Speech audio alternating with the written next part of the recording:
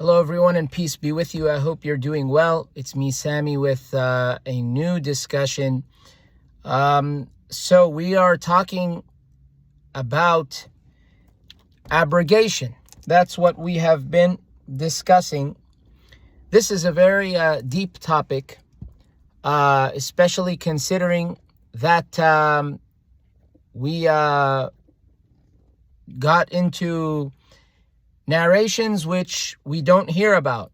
The narration of, in the last discussion we mentioned the narration of stoning, the verse of stoning that Umar ibn al-Khattab, peace be with him, nothing wrong with saying that, Umar ibn al-Khattab, he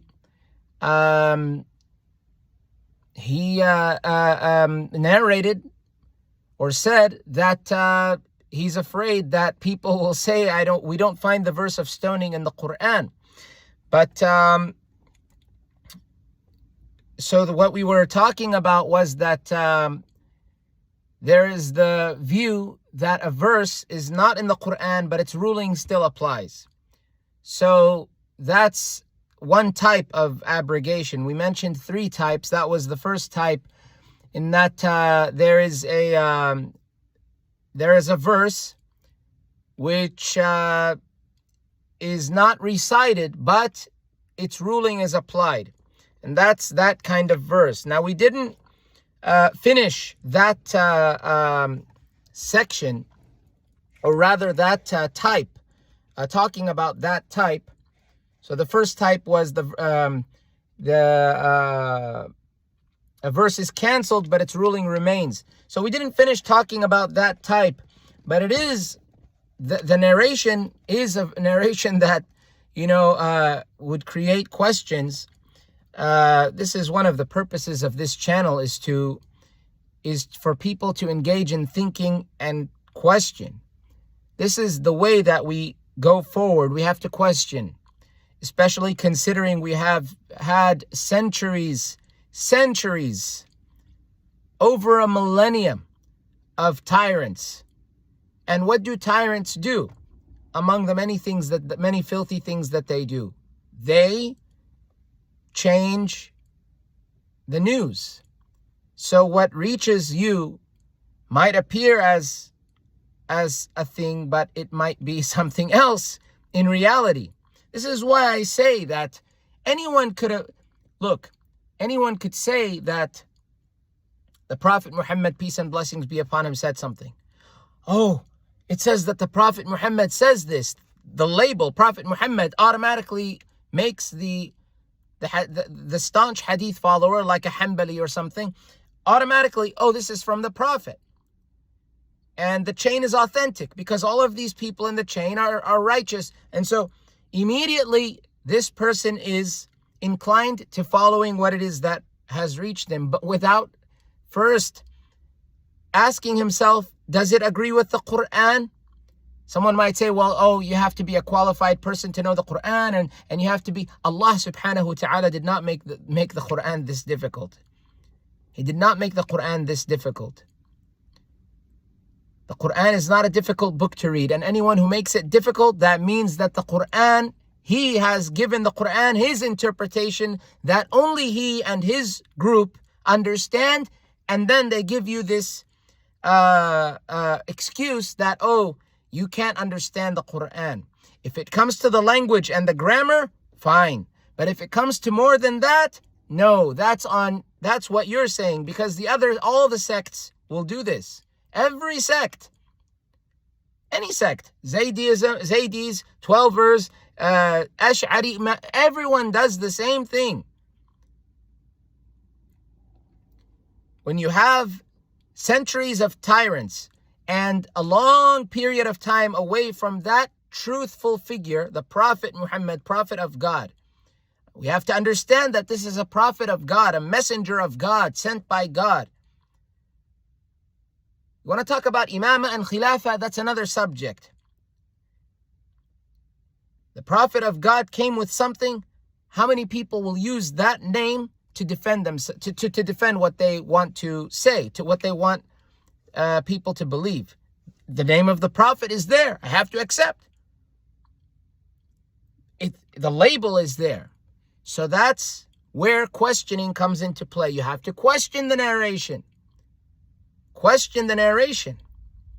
You have every right. Allah gave you a brain. If you follow a scholar and that scholar is misguided, but you had questions and you just said, I'm just going to follow the scholar because he knows more than me. Guess what? Newsflash. If he ends up being wrong, you're wrong too. Because you had your own independent ability to reason, but yet you followed someone who was wrong blindly. He may have gone to hell. You just might follow him into hell. Maybe. Because you followed him, but you had that doubt, that you questioned. But we're taught taqleed. Taqleed is dangerous. Blind following. Because he knows more, I have to just follow him like that. Just like that? How? Anyway, this is important. That's why the ummah fails. One of the reasons, I believe one of the reasons it fails is because it doesn't know how to question. This person said this and that's it, I follow. Then it becomes extreme. You think the only extremists are ISIS and Salafis? Everyone is extreme in his or her own way. They don't want to hear what the other person has to say because it doesn't agree with their narrative that they had been convinced by. That's why. It's not necessarily, at some point, it reaches a point where it's not even about truth and what's true and false anymore. It's about my group and versus your group. That's what it's about. And that's not Islam. That's ignorance. That's stupidity. It's not Islam. If a Salafi comes to you, 9 out of 10 of what he's saying isn't true, but 1 is true, you're going to say, I don't like you because you're a Salafi, so I'm not going to take anything from you?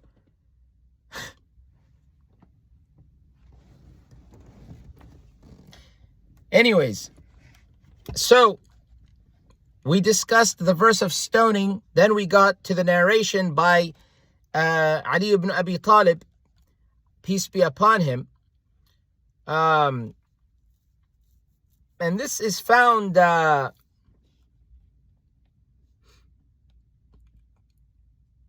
So the source, so the source is Mustadrak ala Sa'hi'hain by Hakim and Naysaburi, who was he did a commentary of Sahih al-Bukhari and Sa'hi'h Muslim. And in this Mustadrak, he mentions the narration that Imam Ali, peace and blessings be upon him, said, whipping is in the book of God, and stoning is in the sunnah of the messenger of God, peace and blessings be upon him and his progeny. So stoning comes from the sunnah. But I said that one should be careful when taking this narration. Why? Because when these people say stoning, first of all, you're saying stone to death, which means you're about to kill someone, if you're in a society that does that. If you kill that person, and you followed something which was not true, which did not agree with the Quran, stoning, you will pay the price on the Day of Judgment. Because nowhere in the Quran did it mention stoning. Specifically, it mentioned lashing, but it didn't mention stoning. But Sami, it's mutawatir. I don't care. Who cares? Anything could be mutawatir. Anything could be mass transmitted. But you're talking about killing someone using stones, taking someone's life away. And if you take someone's life away for other than what God mentioned in the Quran, there is a responsibility to be held. It doesn't matter what you heard, what you read, what you studied. Doesn't matter. It doesn't matter. Believe me, it doesn't matter. It doesn't matter. It doesn't matter how black the turban is. It doesn't matter how tight the turban is. It doesn't matter how long the studies were for the scholar. It does not matter. This is not a joke. It's better to be on the safe side. And if Allah asks you, why didn't you stone? Allah, I only wanted to go with what was in your book. And He knows what's in your heart. But if you say, I found it in this book, you go with the book that's other than the Quran, just because it has a name of someone that you love, Be careful. A person has to be careful. Second of all, you're hurting someone using stones. You're using stones. In case you didn't know, sticks and stones break bones.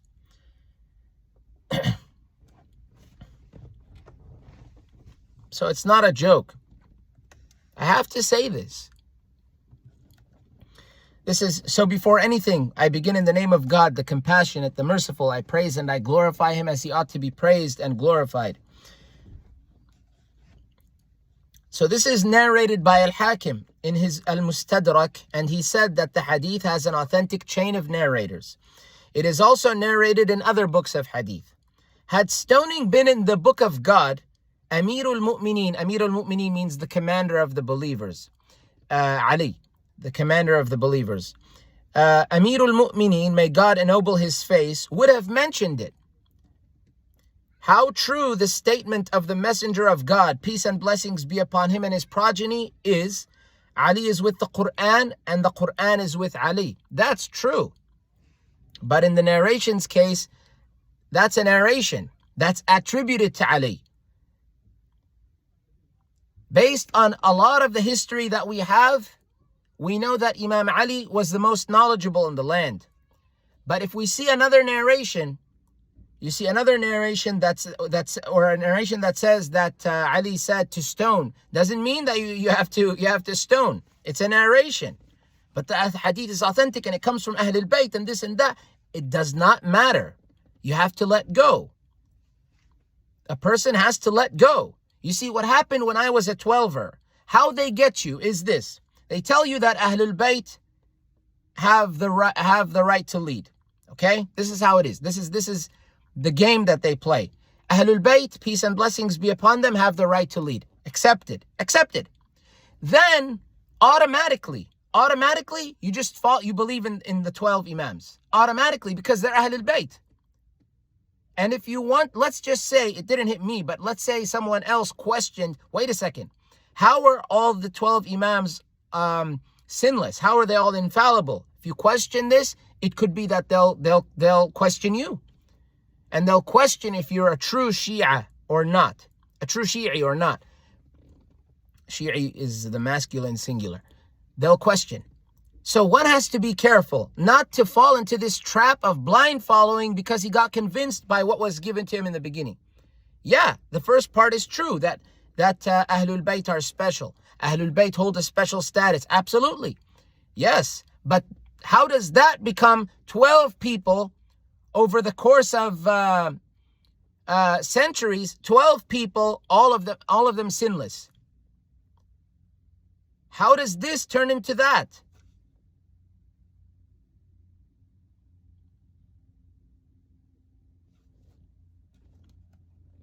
But see, that's what they tell you. Oh, if you don't follow, you hate Ahlul Bayt. You hate Ahlul Bayt. But they restricted Ahlul Bayt to 12 people. All of whom we respect. But the final one, they say is in occultation. He's hidden.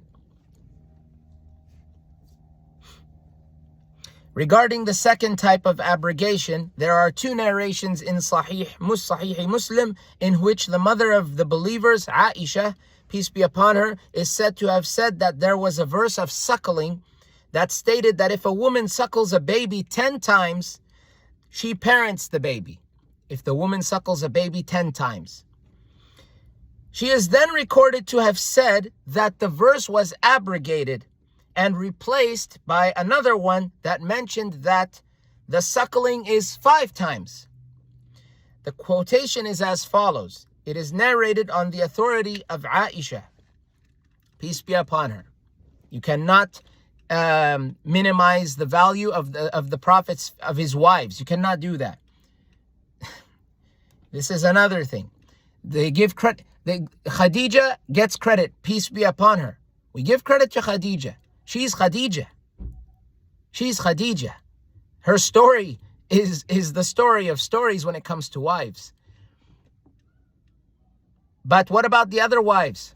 Aisha makes a mistake, Oh, we'll say, that she's the mother of the believers, but we'll hold a grudge against her inside. A'udhu billah. What about the narrations that say that she repented? What about the narrations that say she cried? What about the narration that says Ali escorted her in a way so as not to embarrass her? What about the narration that says she did not want to continue on to go to battle, to the battle of the camel? What about that narration?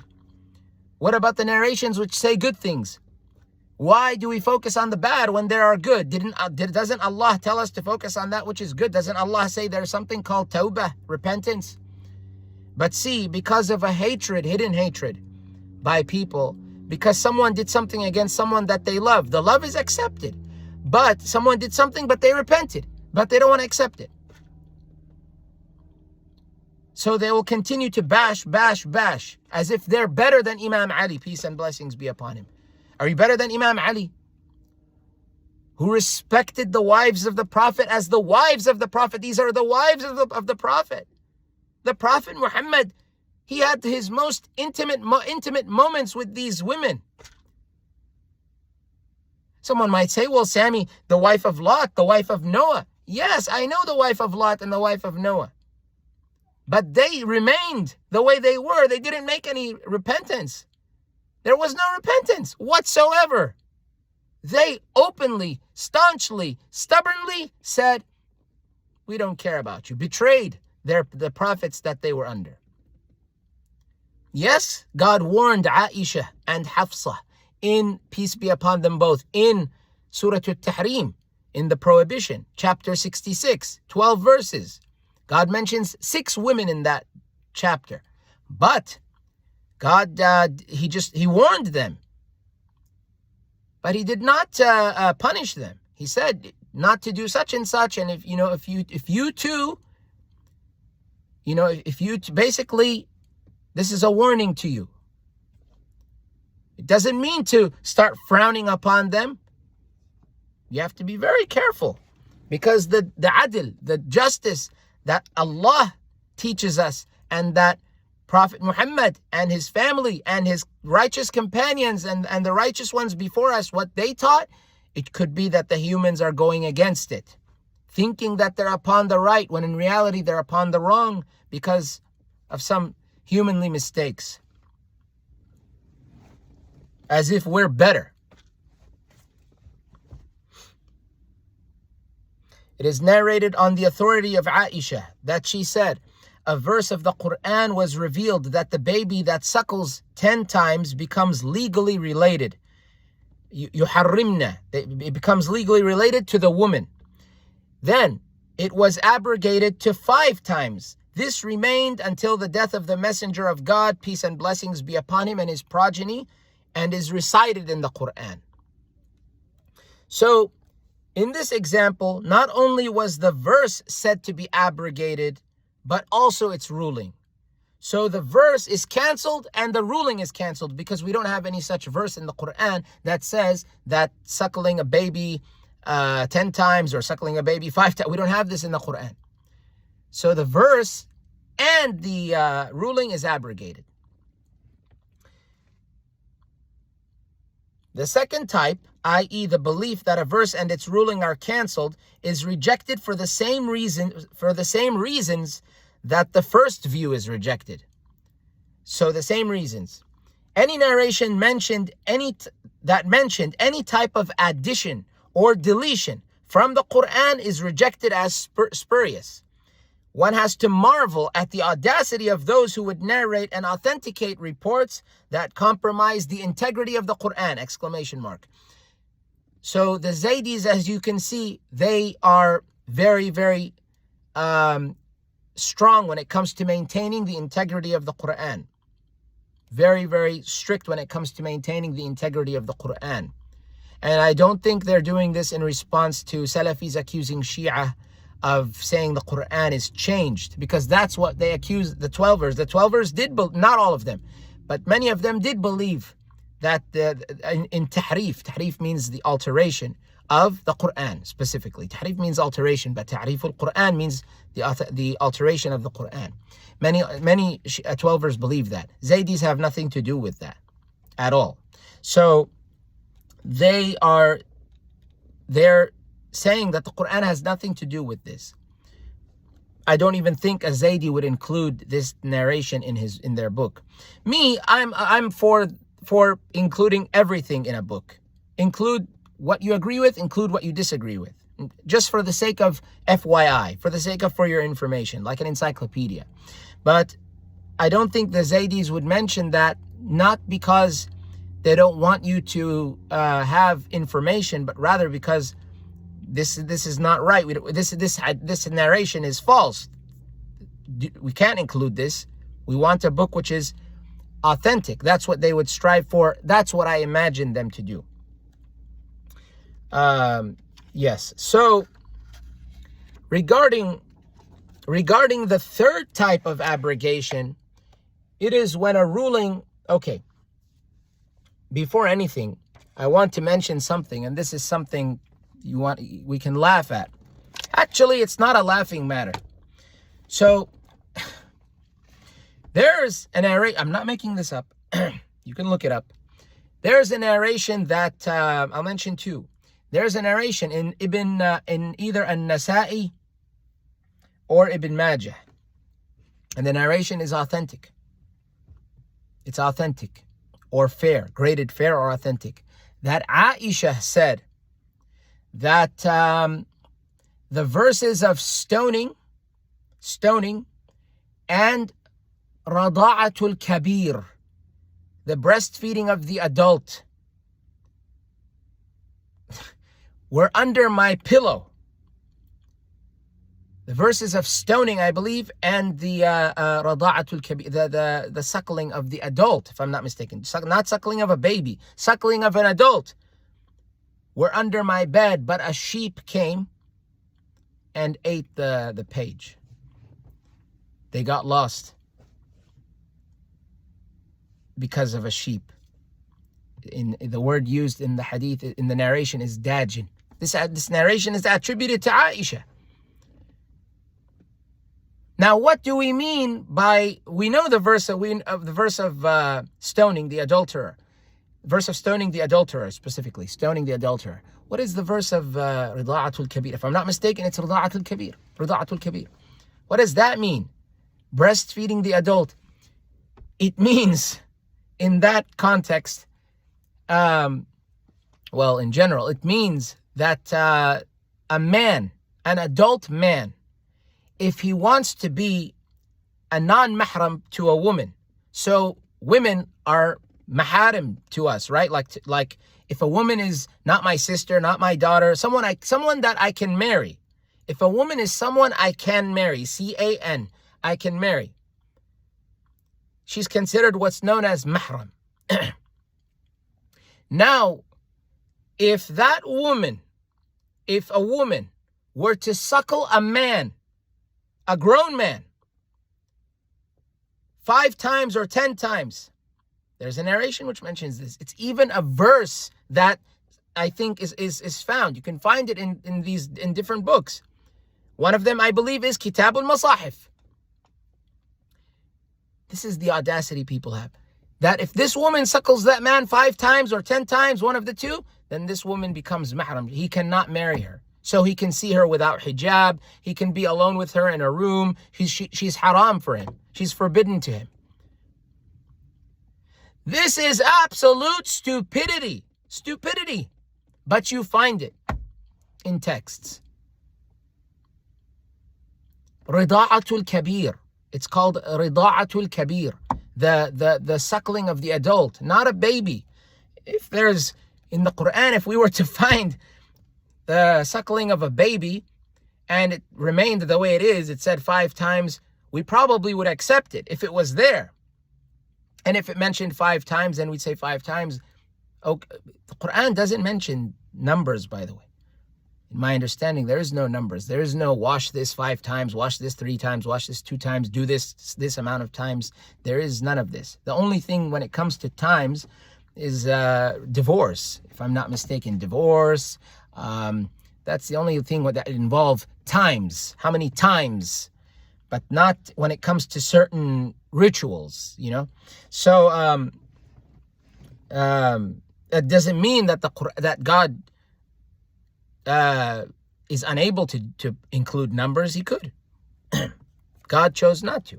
So when it comes to, there's that verse. So-called verse. I shouldn't call it a verse. It's a so-called verse. Crazy things. Okay. Regarding the third type of abrogation, it is when a ruling is abrogated, but the verse is still extant. So the ruling is canceled, but the verse is still there. It's still extant and recited. An example of this can be seen in the following. The Exalted says, "Those women who are guilty of sexual immorality, bring 4 witnesses against them from amongst yourselves. If they testify, confine them," i.e. the guilty, "to their houses," meaning imprison them in their houses. "Confine them to their houses until they are overtaken by death, or God makes for them another way." So, for those women who are guilty of sexual immorality, basically imprison them in their houses.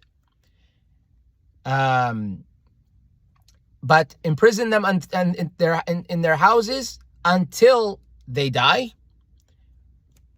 or God makes for them another way. This is what is mentioned. This is in the Quran. Chapter 4, verse 15. The women, verse 15. An-Nisa, chapter 4, verse 15. In this holy verse, the women guilty of fornication are said to be punished by imprisonment in their homes. The end of the verse says that this is to be implemented until God makes for them another way. This another way was later revealed to be the following: the fornicating man and woman found guilty of sexual immorality, whip them with 100 lashings. Quran 24, verse 2. Surah An-Nur, the light, verse 2. So Quran 24, verse 2. This is a clear example of an abrogated verse and ruling. This is because the first verse, "until God makes for them another way," mentioned that there would be an alternative that would come later, and that alternative came in the verse of whipping. You see, so that abrogation is acceptable. By the way, I believe the Ibadis, by the way, they believe in pretty much everything we believe in. We, the people of Tawheed and Adl, of true monotheism and the justice of God. We'll get to why we call it the justice of God. If you're a person of justice of God, it means you're a Mu'tazili or you're a Zaydi or somewhere in between like me. This is what Tawheed, because we defended Tawheed, meaning the oneness of God, that God has no physical body, no physical form. He exists without a place, outside of space and time. And the justice comes from God giving us free will. We will discuss that. You might be saying, "But Sammy, you discussed other topics, so discuss this one too." The topics I discussed were relevant. In any case, the Ibadis, the differences that I see between them and us are that they believe in everything that we have mentioned so far, but they don't believe in free will. They believe in predestination, similarly to how the Ash'aris believe, which is sad, honestly. It's a loss. So what I've read, according to a Zaydi scholar's page, if I understood correctly, his name is Al-Kadhim Az-Zaydi. He has beneficial information. Al-Kadhim Az-Zaydi, it's written Kazim Az-Zaydi. Anyway, the website. He writes that I forgot what I was going to say, but in any case, so he does have on I think on X or something that the Ibadis are closer to the Zaydis than the Imamis, than the 12er Shia.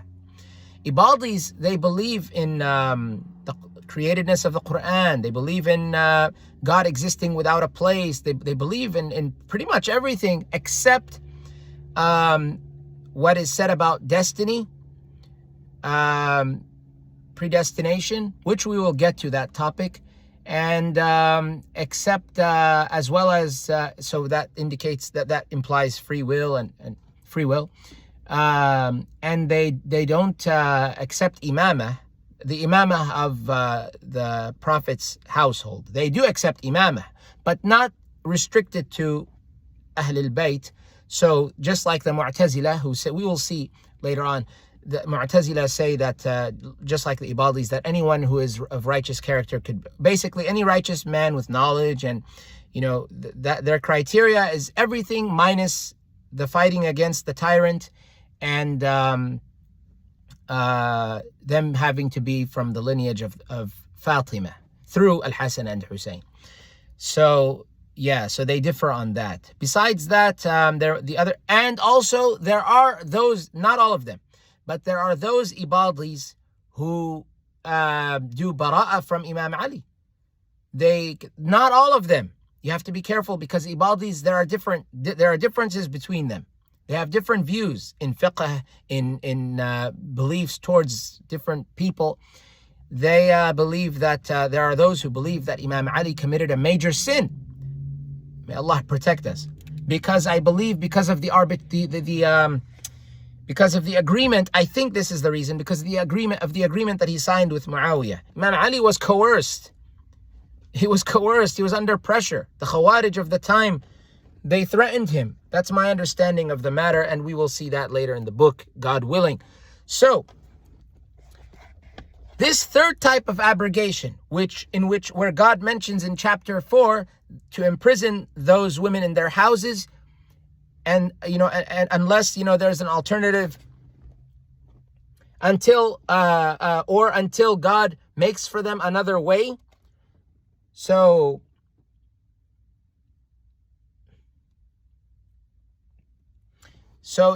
imprison them until they die, or until God makes for them another way. The other way that God made was lashing for men and women. And that verse is given to us in chapter 24, verse 2. So that verse abrogated the other verse within the Quran.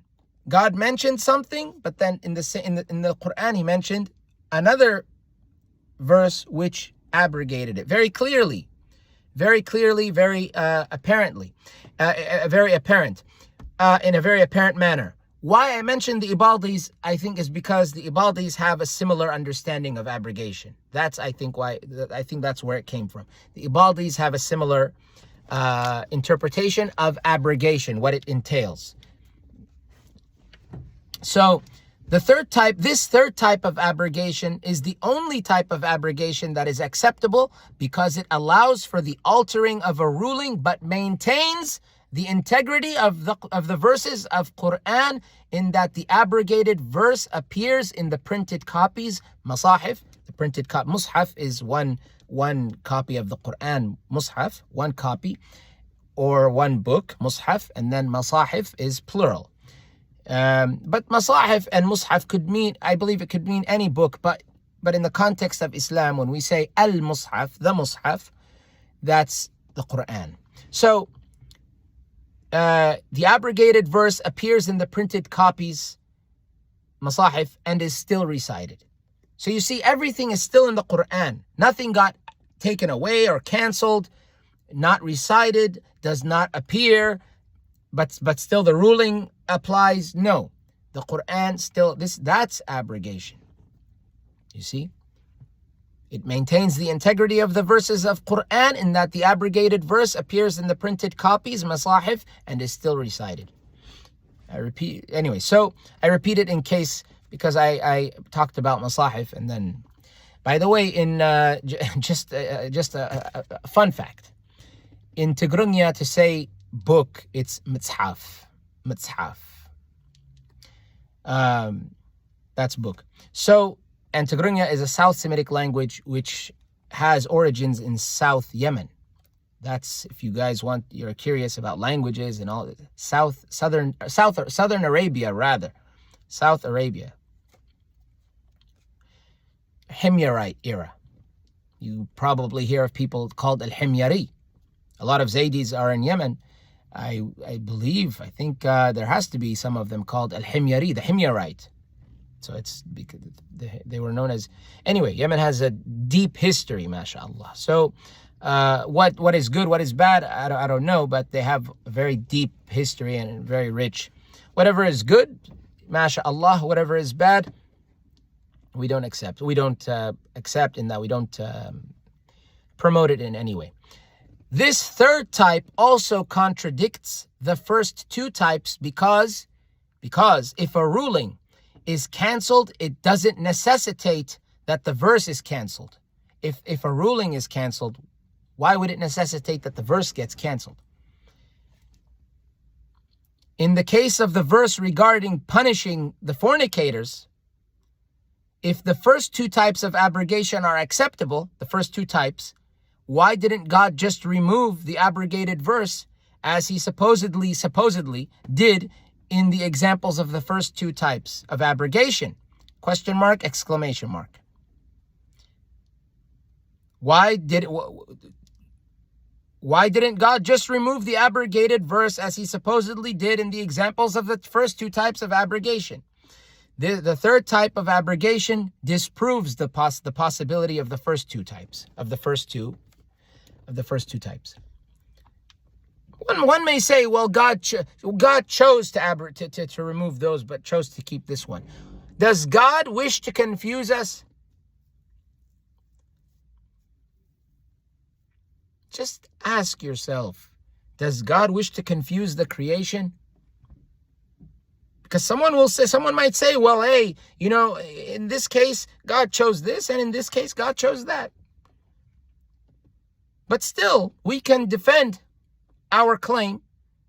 Rather, we can defend the fact that the third type disproves the first two, because does God wish to confuse us? The answer is no. God does not wish to confuse you. God makes everything clear. On top of that, such a ruling like stoning. Don't you guys, let's be honest. If I don't agree with stoning. But if someone believes in something as stoning, which is killing, that's something that's, if it's not in the Quran, you better be careful. Again, if you have a Muslim society, let's say Oman or Yemen or Saudi Arabia, these people are not, Oman are Muslims, Omanis are Muslims, and the Zaydis are Muslims. If you, Salafis are not Muslims. If there are any Muslims in Saudi Arabia, let's just say there's a society ruled by a Zaydi system. Oman, actually, because of their belief in destiny, this, might this is a problem. Because if you attribute evil to God, then, I don't know. That's I'll call them Muslims now. But so when it comes to if the country is ruled by Islam, okay, and you have someone who is going to be killed because of adultery. Why are you killing this man? He committed adultery. How are you going to kill him? We're going to stone him. Where did you get this ruling? Oh, it's in the Hadith. Are you sure that it's authentic? Yes. Why? Because it's the chain is authentic and it's mutawatir, it's mass transmitted. Be careful. What about the apostate? The apostate. What are you doing with him? We're stoning him. Why? Because we gave him 3 days to change his mind, but to turn around, and he didn't turn around. But wait a second, why? Because even Imam Ali did it to Abdullah ibn Saba and this and that. Hold on a second. Why? Man baddala dinahu faqatuluh. Whoever changes his religion, kill him. This is found in different schools of thought in their narrations. Where is it in the Quran? You're going to tell me that stealing is worse than leaving Islam? because the punishment for stealing is in the Quran. Punishment for fornication and adultery are in the Quran.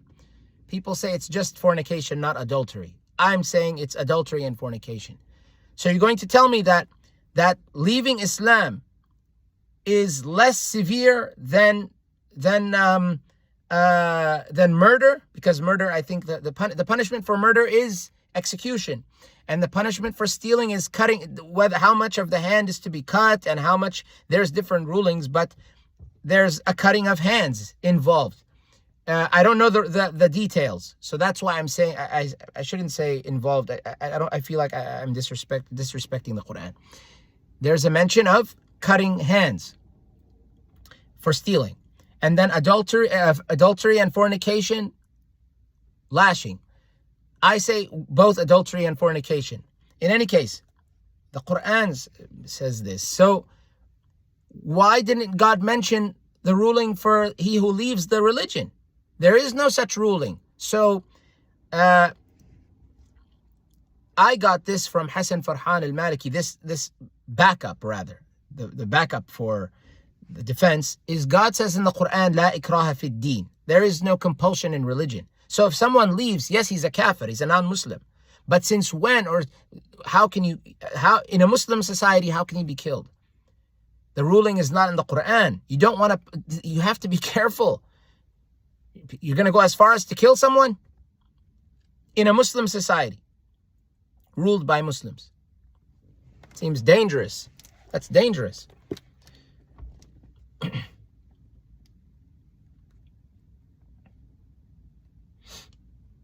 Okay. So next time we talk, we'll end it there. So you see, this is abrogation.